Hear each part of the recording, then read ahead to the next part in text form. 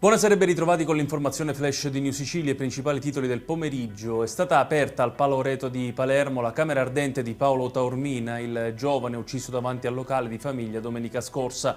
Attorno alla bara genitori, parenti e amici, presenti anche il sindaco Roberto Lagalla, diversi assessori e consiglieri comunali. I funerali di Paolo si terranno giovedì prossimo alle 10 nella cattedrale di Palermo.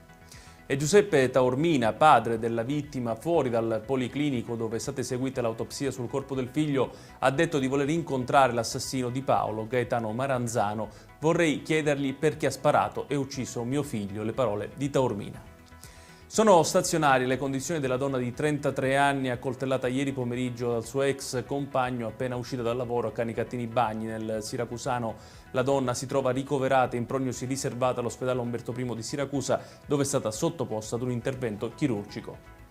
Nessuna risorsa dei fondi FESR è destinata al riarmo o all'acquisto di armamenti, lo fa sapere la regione siciliana rispondendo alle preoccupazioni espresse oggi dalla CGIL. Nei fondi figura il potenziamento di infrastrutture a duplice uso che, spiega la regione, sono opere civili che possono essere impiegate anche per finalità di protezione civile o logistica militare. Chiudiamo con il meteo, torna il maltempo in Sicilia dove nella giornata di domani un'area di bassa pressione porterà nuvole e piogge su tutta l'isola. La protezione civile regionale ha diramato lo stato di allerta gialla su tutto il territorio regionale. Il settore maggiormente interessato da rovesci anche a carattere temporalesco sarà quello ionico. Ed è tutto per questa edizione, tutti i dettagli su queste notizie li trovate come sempre sul nostro sito www.newsicilia.it. Grazie per averci seguito e buon proseguimento di serata.